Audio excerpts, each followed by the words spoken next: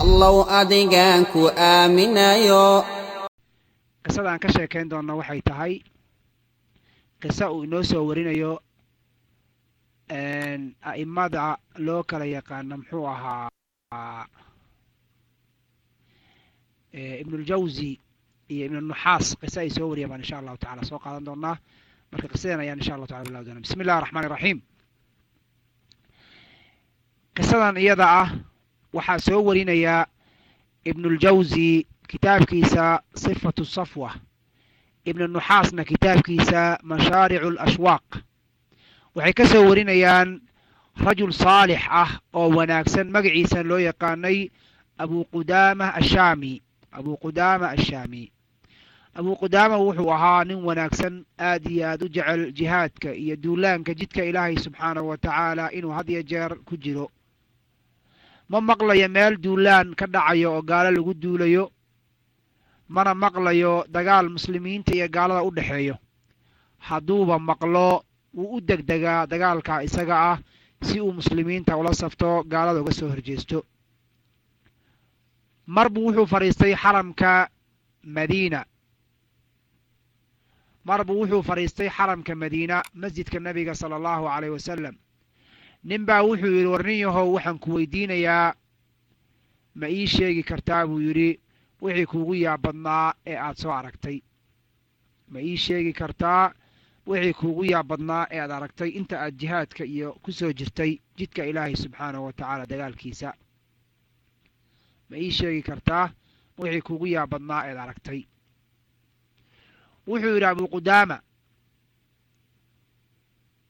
wuxuu ku yidhi waxaa tahay nin jihaadka ilaahay subxaanahu wa tacaala la jeclaysiiyey, dagaal inuu jidka ilaahay u raacana waxyaabaha cajaa'ibka kugu darnaa ee umuuraha jihaadka ku saabsan eed aragtay noo sheeg. abu qudaama wuxuu yidhi waxaan idinkaga sheegayaa arrimo dhowr ah. kow, wuxuu yidhi mar baan waxaan raacay rag asxaabtayda ah si aan ula soo dagaalno dadka saliibiyiinta ama kirishtaanka ah. meel dhufays annaga inoo ahayd ayaan u soconnay.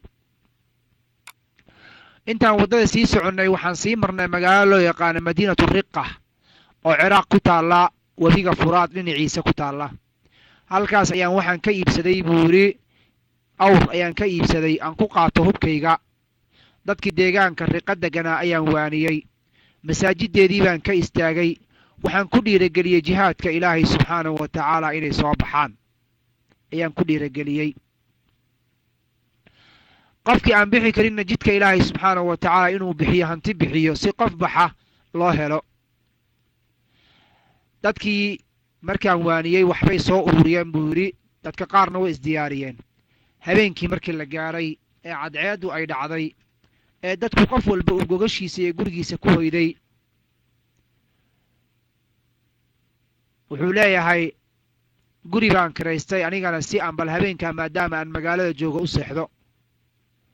habeenkan qayb ka mida markii ay tagtay oo dadku saantu ay degtay ay kala nasteen,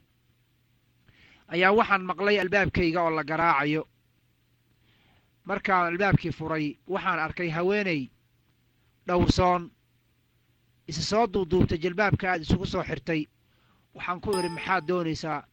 waxay igu tiri abu qudaama ma adiga? waxaan ku idhi haa waa aniga abu qudaama. waxay i tidhi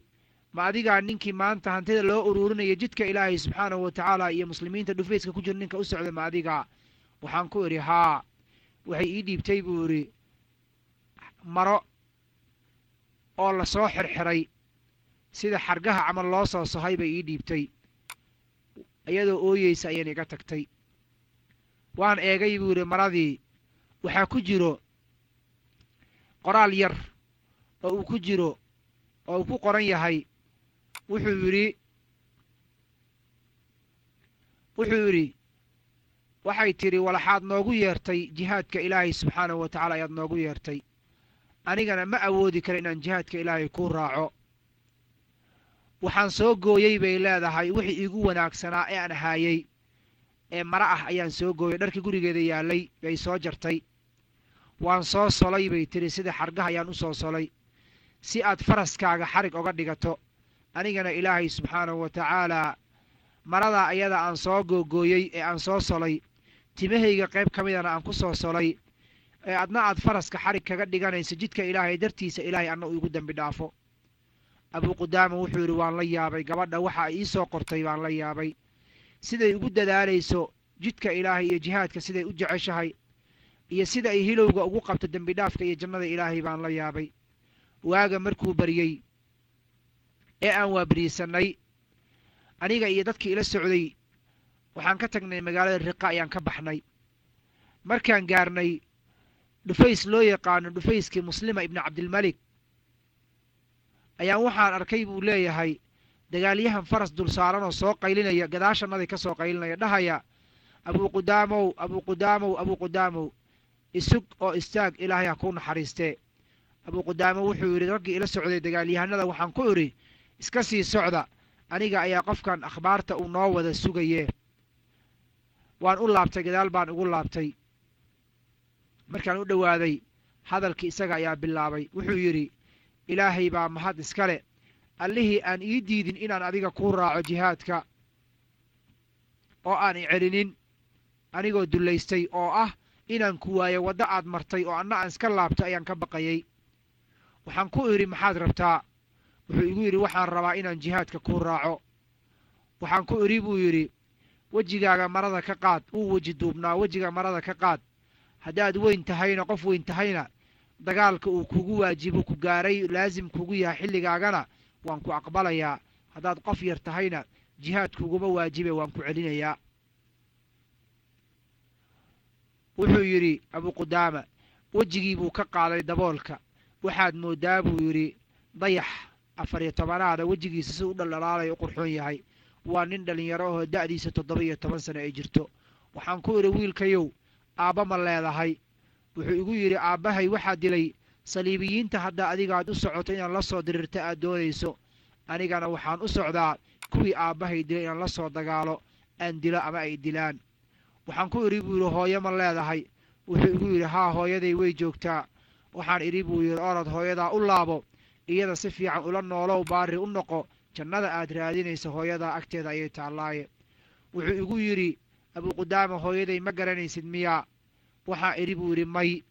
wuxuu igu yidhi hooyaday waa islaantii kuu dhiibatay, alaabta kuu dhiibtay oo ku tiri alaabtan ii hay. wuxuu yidhi maxay ii dhiibtay islaanta? alaabta ii dhiibtay maxay tahay? wuxuu yidhi islaantii xargaha kuu soo sashay weeye. xargahee baan idhi buu yidhi. markaasuu yidhi ilaahay baa xumaan ka hufan oo durbaba ma hilmaamtay. islaantii xalay habeenbarkii albaabka kugu soo garaacday ee maradii yareed oo xirxirneed iyo xargihii ku siisay baa i dhashay. waxaan idhi haa, waan xusuustay. wuxuu igu yidhi waa hooyaday, ayadaa ay amartay inaan ku raaco, jihaadka kuu raaco. waxayna igu dhaarisay inaan dib u soo laabanin. waxayna igu tiri hooyaday wiilkayow haddaad gaalada la kulanto dhabarka ha u jeedinin, nafsadaada ilaahay u hibeey, ilaahay inaad deris la noqoto, muxuu ahaa aabbaha iyo abtiyaalkaana aad jannada deris kula noqoto raadi. hadduu ilaahay shahaado ku siiyana aniga iigu shafaac maalinka qiyaamo. xabadka ayay hooyada igu qabatay, iguna soo ducaysay. araggeedii bay sare u qaaday. waxay tidhi ilaahayow, ilaahaygii baa tahay, sayidkaygii baa tahay, mawlahaygii baa tahay. kani waa wiilkayga, waa nafsadayda udgoonkeeda, waa midhaha qalbigayga. adiga ayaan kuu dhiibay. ilaahu waalidkiisii iyo abtiyaalkiisii sidaad shahaadada uga aqbashay ilaahu isna uga aqbal. markaasuu wiilkii wuxuu yidhi Abu Qudaamow ilaahay baan kugu dhaariyey inaan jidka ilaahay kuu raaco, soo dagaalama ha ii diidin. hadduu alla idmo waxaan noqon doonaa shahiidkii dhalay ina shahiid ayaan noqon doonaa. ee kitaabka ilaahay waan xafidsanahay, dagaalkana waan garanayaa iyo leebka sida loo rido. da'deyda yar ha igu yasin, hana ii celinin. Abu Qudaama wuxuu yidhi markaan maqla hadalkiisa ayaan idhi orodna keen bal soo bax.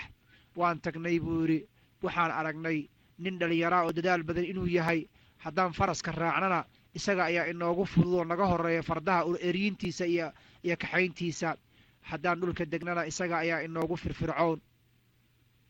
haddana wiilkaa isaga ah xaaladdaa isagoo ku jiro wuxuu ahaa nin aan carabkiisa digriga ilaahay marna aanan ka daalin, alla xusa ayuu ahaa.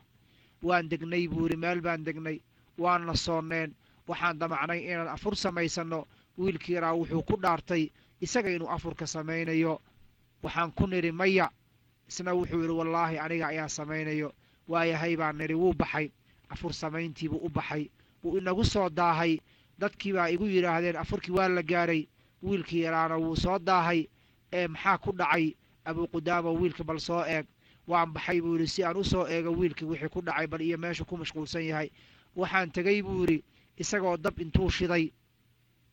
dherigii raashinka ku jira dul saaray kadibna indhihiisu ay ka qaalib noqdeen oo hurdo ay qabatay daalka dartii dhagax intuu madaxa saartay iska hurday baan ugu tegey waxaan kahday buu yidhi inaan hurdada ka toosiyo ayaan yarkii yaraa kahday waxaan kahday yarkii yaraa inaan hurdada ka toosiyo ayaan kahday waxaan isiri buu yidhi ha toosinin wiilkan yarkee bal adiga un wax samee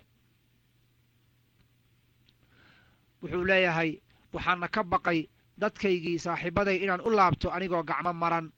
waxaan bilaabay buu yidhi raashiinkii inaan aniga kariyo halkii wiilkii yaraa uu raashiinka ka karinayey ayaan bilaabay in aan aniga raashiinka kariyo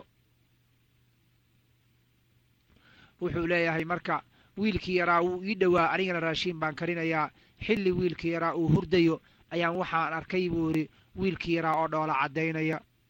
kii yaraa oo meesha agtayda hurdaya oo waxaan arkay dhoola caddayn bilaabay baan arkay haddana dhoola caddayntii baa sii ziyaaday waan la yaabay buu yidhi wuxuu bilaabay haddana inuu qoslayo qosol caadi ayuu bilaabay waan la yaabay wiilkii yaraa wuu hurdaaye maxaa marna dhoola caddada ka keenay marna qosolka maxaa ka keenay baan isiri kadib wiilkii intuu aad u qoslay ayuu hurdadii ka soo toosay markuu arkay wuu argagaxay wiilkii yaraa wuxuu yidhi adeer waan idinkala soo daahay raashiinka waan ka xumahay anigaa raashiinka dejinaya ee hagaajinaye khaadimkiina jihaadka idinla socda waa anigee iska tag orod waxaan ku idhi buu yidhi ilaah baan ku dhaartaye waxba nooma samaynaysid ilaa aad ii sheegto wixii aan kugu arka adigoo hurda adigoo samaynaya wixii kaa qosliyey ilaa aad iiga sheegto wallaahi wuxuu yidhi inaanan waxba kuu dirsanaynin odagii hadduu markaa sidaa yeelayba wiilkii dhoola caddayntii iyo qosolkiina uu weydiiyey buu wiilkii yaraa wuxuu yidhi adeer waxaan arkay buu riye ayaan arkay buu yidhi wuxuu igu yidhi buu yidhi wiilkii yaraa riye ayaan arkay waxaan idhi ilaah baan kugu dhaariyey inoo sheeg wiilkii yaraa wuxuu yidhi adeer iska daa aniga iyo ilaahay ha inoo dhaxayso wuxuu yidhi buu yidhi ilaah baan kugu dhaariyey ii sheeg baan haddana ku idhi markaas wuxuu igu yidhi adeer waxaan riyada ku arkay buu yidhi aniga oo jannada galay quruxdeedii iyo dhalaalkeedii dhex taagan sida ilaahay kitaabkiisa ugu sheegay nimcada la sheegay ku dhex jiro xilli aan jannada dhexdeeda dhex socdo oo la yaabayo quruxdeeda iyo siday u dhaldhalaalayso ayaan waxaan arkay buu leeyahay guri dhaldhalaalaya ayaan arkay birbirqaya iftiin iyo leerar ay ku dhegan yihiin dhoobada iyo derbiga uu ka samaysan yahayna qayb ka mida dahab ay tahay qayb ka midna qalin ay tahay daaqadaheedana ay ka samaysan yihiin xariir iyo mujawharaad iyo waxyaabo qurux badan oo dhaldhalaalaya albaabkeedana dahab uu ka samaysan yahay daahyaduna laga soo laalaadiyey daaqadaheeda waxaan arkaa buu yidhi gabdho yar yar oo dhalinyaro ah oo daaha daaqadaha furaya ayaan arkay wejiyadooda aad mooddo sida dayaxa dhaldhalaalaya markaan arkay quruxdooda aan arkay wuxuu leeyahay waxaan bilaabay inaan gabdhaha eego quruxdooda aan la yaabo waxaan arkay gabar aad u qurux badan gabar la arka dunida lagu arka tan ugu quruxda badan ka qurux badan ayaan arkay markaasay gacanta igu soo fiiqday kuwa kale ay tusinaysaa leedahay waa kan eega waa kan haweentii gabadhii laga raali noqday ninkeedii waa tanaa zawjatulmardiya ninkeedii waa kanaa ayay ku celcelisay markaasaan waxaan ku idhi ma adigaa mardiyada ayaan idhi buu yidhi gabadha quruxda badan markaan la yaabay zawjadaydii mardiya ma adigaa markaasay igu tiri maya aniga waxaan ahay adeegtadiinna ayaan ahay adeegtada mardiya u adeegaysa ayaan ahay ee mardiya miyaad u baahan tahay orod qasrigaasi gurigaasi isaga ah gal orod ilaahay ha kuu naxariistay hore u socaya igu tiri wuxuu leeyahay qasriga dushiisa ayaan waxaan ku arkay qol yar oo dahab ka samaysan dahab guduudan ka samaysan sariir ay ku jirto sariirtaasina dahab ay ka samaysan tahay lugaha sariirta ay ku taagan tahay qalin uu ka samaysan yahay sariirta dusheeda waxaa fadhiya gabar wejigeeda aad muddo qoraxda ama cadceedda la kala dilaaciyey qayb ka mida in laga sameeyo aad mooddo hadduusan ilaahay subxaanahu wa tacaala araggayga sii hayn lahayn indhaha ayaan beeli lahaa buu leeyahay caqligaygana wuu tegi lahaa quruxda gabadha ay qabtay iyo qolkii aan dhaxtay oo quruxda aan arkay darteeda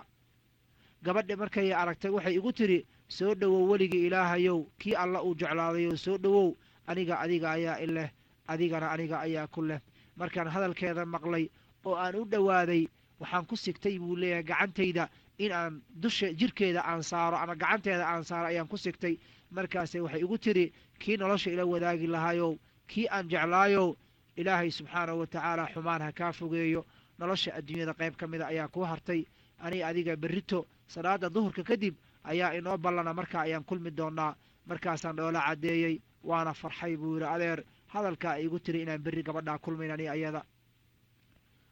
waxaan idhi buu yidhi ibnu qudaama waxaan ku idhi khayr baad aragtay inshaa allahu tacaala raashiinkii baan qaadanay waan cunnay buu yidhi aniga iyo saaxiibadayda dhufayska ku jiray yarkiiba waan cunnay cadowga markii subaxii uu soo waabariistay taliyihii annaga ina wadayna ciidankii uu safay xilli aniga aan dadka eegayay waxaan arkay buu yidhi dadka oo ilma abti iyo ilma adeero dhufaysada u gelayo isa soo dhowaysay ayaan arkay wiilkii yaraa keliya ayaan meel gooni ku arkay qof soo qabsanaya ama soo dhowaysanaya ma laha waan baarbaaray waan raadiyey waxaan ku arkay safuufta hore dagaalka isagoo ku jiro keligii meel dhufays kaga jiro waxaan ku idhi wiilkayow dagaalka aad ma u garanaysaa oo dagaal ma ka qayb gashay wuxuu yidhi adeer maya wallaahi waa dagaalkii ugu horreeyey gaala aan la galo ee aan ka qayb galo waa kan ayuu igu yidhi wiilkii yaraa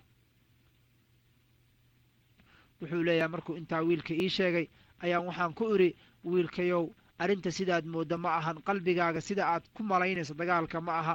wuxuu yidhi dagaalka arrinta taa way ka daran tahay waa dagaal waa dhiig waa rafaad waxa aad moodayso ood ku degdegaysa ma ahan wax sahlan wiilkayow wiilkayow waxaan rabaa ciidanka gadaal askarta gadaal fadhida dhufays ku jirto ka mid noqo haddaan guulaysanana waxaad ka mid noqotay dadkii guulaystay baad ka mid noqotay haddaan guul daraysanana dadka ugu horreeya dhimanaya ma noqonayn sidoo kuwa ugu dambeeya ayaad noqon doontaa wuu ila yaabay buu yidhi adeer ma adigaa hadalkaa i dhahayo ayuu igu yidhi waxaan idhi haa aniga ayaa hadalkaa ku dhahay markaasuu yidhi adeer ma jeceshaha inaan naarta galo markaasuu igu yidhi acuudu billaahi naar miyaa halkan u nimid jihaadkaba waxaan u galnay cabsi naarta aan ka baqayno iyo raalli ahaansho ilaahay subxaanahu wa tacaala aan doonayno ayaaba jihaadka inagu kallifay inaan galnee ma naar baan u dulqaadan karnaa markaasuu igu yidhi wiilkii yaraa ilaahay subxaanahu wa tacaala wuxuu leeyahay yaa ayuha aladiina aamanuu idaa laqiitum aladiina kafaruu zaxfan haddaad la kulantaan gaaladii oo soo garguuranaysa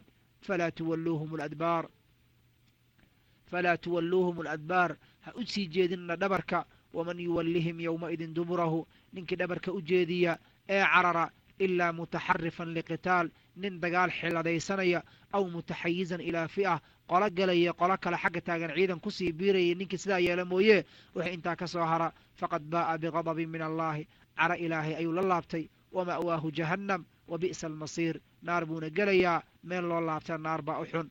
markuu intaa aayaddaa akhriya wuxuu yidhi adeer ma waxaad jeceshahay kuwa dhabarkooda jeediyey ee ahlu naarka inaan ka mid noqdo hadalkiisii ayaan la yaabay siduu aayadaha ilaahay u ilaalinaya ayaan la yaabay markaasaan waxaan ku idhi wiilkayow aayadda aad soo deliishatay meeshaad u deliishatay ma aha wuu diiday buuri inuu booska ka baxo gacanta ayaan soo qabtay waan soo jiiday si aan uga soo saaro isna wuu diiday meeshiibuu isku celiyey anigana booska ayaan ka jiidayaa dagaalkiibaa bilowday aniga asiga dhexdeenni waa la galay cadow baa dhexdeenni soo galay waan is arki weynay buuri wiilkii yaraa wuxuu leeyahay geesiyaashii baa isdalay waramadii baa la isku tuuray seefihii baa galka laga bixiyey madaxyo badan baa la guray gacmo badan baa go'ay lugo badan baa go'ay dagaalkii baa nagu adkaaday qof walba wuu isku mashquulay qof kale wuu xusuusan waayey nin walba saaxiibkiisii wuu hilmaamay wuxuu qof walba jeclaystay inuu isaga maanta ilaahay badbaadiye keliya ilaa salaadii duhur laga gaaray duhurkii markii la gaaray ilaahay wuxuu jebiyey cadowga saliibiyiinta ee weerarka aan isku ahayn buu ilaahay jebiyey markaan guulaysannay dadkii isla socday asxaabtannadii intii nooleed aan is uruursannay salaada duhurka aan dukannay kadib ayaa qof walba wuxuu bilaabay inuu raadiyo qofkii uu garanayay wiilkii yaraa wax raadiya ayaa la waayey ilaan qof weydiinaya ama garanaya ma uu jiree wuxuu leeyahay aniga ayaa baxay waxaan u baxay inaan wiilkii yaraa soo raadiyo xilli aan wiilkii raadinaya ayaan cod waxaan maqlay dadow fariin iigu dira abuu qudaama adeerkay abuu qudaama fariin iigu dira wiil dhahaya ayaan maqlay wuxuu leeyahay gadaal baan soo milicsaday meesha codka uu ka yeerayo waxaan arkay buu leeyahay jir aad mooddo jirkii wiilka yaraa waramo dushiisa ay ku dhaceen waranba warankii ka horreeyay dushiisa uu ka taagan yahay farduhu ay ku is-istaageen hilibkiisii uu kala gogo'ay dhiiggiisii uu qulqulay lafihii ay kala jajabeen waa wiil yaroo miskiin ah meel saxaro iska yaala cid soo qaada aan lahayn waan dultegay buu leeyahay agtiisii baan ku dhacay oohin baan la dhacay waan qayliyey abuu qudaama waa aniga ayaan ku idhi markaasuu yidhi ilaahaygii nolosha igu gaarsiiyey inaan kuu dardaarmo ayaa mahad iskale dardaarankayga maqal buu yidhi abuu qudaama waan ooyey buu yidhi wallaahi waxaan la yaaba cunugaasi wanaaggiisa iyo siduu u quruxda badnaa iyo naxariistiisii hooyadii u naxariisanayo anigana waxaan u ooyey buu leey raxmad aan hooyadii u naxay ayaan u ooyey sababtoo ah sanad ka hor waxay hooyadii weysay aabbihii wiilkan iyo walaalaheedii oo wiilka abtiyaalo u ah ayay weysay maantana wiilkii bay weynaysaa arrintaa iyada ah ayaa muxuu ahaa argagax igu keentay maradaydii baan qabtay buu yidhi dhiiggii baan jirkiisa kaga tirtiray markaasu wuxuu igu yidhi dharkaagii miyaad dhiigga iiga tiraysaa dharkayga ayaa wasakhda ku roon dharkayga dhiigga iiga tirtir dharkayga ayay ku habboon tahay dhiiggayga dharkayga iiga tirtir abuu qudaama waxaa idhi buu yidhi waan ooyey buu yidhi jawaab aan siiye wiilka waan garan waaye markaasu wuxuu igu yidhi adeer idhegayso ilaahay baan ku dhaartay buu yidhi haddaan dhinto oo aad ku laabato tuuladii aad ka soo baxday riqo ahayd aad ku laabato ilaahay baan kugu dhaariye hooyaday u bishaaray ilaahay baan kugu dhaariyeye hooyaday u bishaaray adeer buu yidhi waxaad u sheegtaa hooyaday buu yidhi ilaahay inuu ka aqbalo hadiyaddii ay u soo dirtay wiilkeedana la dilay jidka ilaahay isagoo ku jira cadowga ka sii horjeeda cadowga aanan ka cararin la dilay ilaahay hadduu ii qoray inaan shahiid noqdana salaantaydii waxaan gaarsiinayaa aabbahay iyo abtiyaalkay jannada ku jiro ayaan hooye ka gaarsiinayaa u sheega hooyaday markaasu wuxuu igu yidhi adeer waxaan ka baqayaa hooyo inaysan ku rumaysan haddaad tidhaahda wiilkaaga wuu dhintay inay ku rumaysan weysa ayaan hooyaday ka baqayaa hadalkaaga ma rumaysanayso ee maryahayga qayb ka mida inta aad jeexdo bac ku riddo hore usii qaad oo jawaan yar kusii duuduuba hore usii qaad hooyaday hadday aragto dharkaasi dhiigga leh waxay rumaysanaysaa in anigana la idilay waxaadna u sheegtaa ballankannaga iyo meeshaan isku arkayno jannada inay tahay markaasuu haddana wuxuu yidhi adeer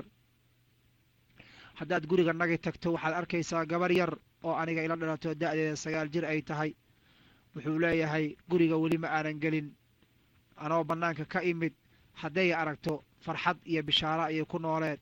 gurigana kama soo bixi jirin markaan bannaanka aadayo iyadoo ooyeynayso murugaysan baan ka soo tegi jiray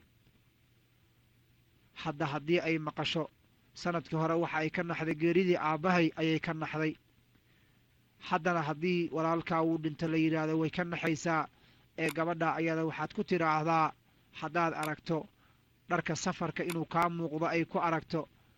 waxaad tidhaahdaa walaalkaa wuu fiican yahay sababtoo ah markii igu dambaysay aniga aan ka soo tegayey anigoo labistay safar u socda ama dagaal u socda markay iga dareentay waxay igu tidhi aboowe ha soo daahin soo dhaqso waan ku sugaynaa inoo soo degdeg bay igu tidhi hadda laakiin haddaad la kulanta gabadhaasi qalbigeeda hadalla qurxiyo wanaagsan ku dheh ayuu ku yidhi waxaad ku tidhaahdaa walaalkaa wuxuu ku yidhi ilaahay baa khaliif iga ah ilaahay baa walaal kuu noqonayo ku haynayo sidaa ku dheh wuxuu leeyahay wiilkii yaraa sakaraadkii baa soo fuulay naftii baa hamhamadii iyo dhuuntii soo istaagtay wuxuu leeyahay hadal buu igu yidhi iga yaabiyo dhabtaydii buu saaran yahay naftiina way ka sii baxaysaa wuxuu igu yidhi adeer wallaahi riyadii aan arkay waa run allaha kacbada sameeyey kacbada iskale ayaan ku dhaartay riyadii aan arkay wallaahi waa run gabadhii mardiyada ahayd ee aan ku arkay jannada waatan madaxayga agtiisa taagan udgoonka raa'ixada jirkeeda ka soo baxaysa ayaan urinayaa kadib wiilkii dhidid badan baa ka soo baxay sakaraadkii baa issoo daba istaagay naftii baana ka baxday abuqudaama wuxuu leeyahay dharkiisii qayb ka mida ayaan qaaday waan aasnay wuxuu leeyahay waxa iigu badan hamiga aniga niyaddeeda ku jira waxay tahay magaaladii riqa wiilka uu ku dhashay hooyadiina ay joogtay in aan tago hooyadii aan gaarsiiyo fariintii wiilka uu ii dhiibay intaa keliya unbaa niyaddayda ku jirto riqa ayaan ku laabanay wuxuu leeyahay hooyadii magaceeda ma garanayo guriga meeluu ku yaallo ma garanayo habeen madow unbay ii timid wiilkanna jidka unbuu naga raacay xilli aan waddada bartamaheeda socdo ayaa waxaan iska ag istaagay guri ay hortaagan tahay gabar yaroo aad u qurux badan qof walboo dharka safarka ay ka dareento waxay leedahay xageed ka timid dadka waxay dhahayaan jihaad baan ka nimid waxay leedahay walaalkay midla socdaa waxay leeyihiin walaalka ayuu yahay maba garanay wayna iska tegayaan dad badan bay weydiisay jawaabtii ayada ahayd baa loogu celceliyey markii dambe aniga ayaa gabadhii dul istaagay oo hinbay la dhacday buu leeyahay gabadhii baan dul istaagay waxay leedahay dadka may ii jawaabaan dadka way soo laabteen walaalkay muxuu u soo laaban waayey ay ku celcelinaysaa markaasaa dusheedii markaan soo istaagay dharkaygii ay aragtay safarna iga dareentay bay igu tiri adeer xaggeed ka timid waxaan ku idhi jihaadka ayaan ka imid waxay igu tiri walaalkay midala socdaa waxaan ku idhi aawo hooyadaa gudaha ayay gashay hooyada ayay u yeertay hooyadii markay bannaanka soo baxday codkayga ay maqashay waxay tihi abuqudaamow ma waxaad iigu timid inaad ii tacsiyeyso mise inaad ii bishaaraysaad iigu timid waxaan idhi sideen kugu tacsiyeeyaa ama kugu bishaareeyaa waxay igu tiri haddaad iigu timaaddo war ah wiilkayga in jidka ilaahay subxaanahu wa tacaala lagu dilay isagoo dagaal ku jiro cadowga foodda ku haya la dilay haddaad iigu timaaddo taasi waa bishaaro ilaahay subxaanahu wa tacaala hadiyaddaydii aan u gudbiyey 17 sano wiilka aan soo koriyey u hadiyey inuu iga aqbalay ayaan ogaanayaa haddaad i tiraahda wiilkaagii wuu soo nabad noqday ciidankii wuu ka soo guulaystay xoogaa khaniimana wuu soo qaatay haddaad igu tidhaahdo ilaahay inuusan hadiyadeeda aqbalin adigana aad tacsiye ii wadda ayaan u garanayaa waxay leedahay marka hooye wuxuu yidhi ninkan waxaan ku idhi wallaahi waxaan kuugu imid inaan kuu bishaareeya ayaan kuugu imid wiilkaagii waa la dilay isagoo cadowga ku sii jeedo ayaa la dilay markaasay tiri kuma rumaysanayo waxa aad sheegayso inay run tahay ma moodayo markaasay waxay eegtay gacantaydii wixii aan ku hayay bay eegtay wixii baan u furay waxay aragtay dharkii wiilkeedii ayada ay ugu labistay quruxda badnaa oo dhiigga uu ka qulqulayo bac anigana aan jawaan ku wado ayay aragtay markaasay tiri allaahu akbar intay tiri bay faraxday gabadhii yareed laakiin wiilkii yaraa la dhalatay meeshiibay intay dhulka ku dhacday ayaa hooyadii gudaha kula carartay biyo ayay soo qaaday si ay ugu bilbisho gabadheedii bal si ay usoo nasato ama ay kaga soo kacdo suuxdinta ay gashay anigana meeshii baan fadhiistay gabadhi yareed baan qur-aan ku akhrinayaa wallaahi buu leeyahay intaan gabadha qur-aan ku akhrinayo hooyadana ay biyaha ku shubayso gabadhii nafsadda ayay seegtay oo waa ay geeriyootay tii yareedna hooyadii gabadhii meydkeedii bay qaadatay gudaha ayay la gashay albaabka ayay soo xiratay gurigii bannaankiisii baan istaagay wax aan sheega ma garanayo hooyadan musiibooyin badan baa ku habsaday codkeedii baa isoo gaaray anigoo gudaha ku jira waxay leedahay ilaahayow ninkaygii baan shahiidnimo kugu soo gudbiyey walaalahaygii baan shahiidnimo kugu soo gudbiyey wiilkaygii aniga aan dhalay shahiidnimo ayaan kugu soo gudbiyey ilaahow waxaan kaa codsanayaa kaa rajaynayaa inaad raalli iga noqoto aniga iyo ayagana aad jannada inagu kulmiso sidaa ay hooyadii ku ducaysatay anigana waan isaga soo tegay buu yidhi qisadeenna insha allahu tacala inta ayay ku eg tahay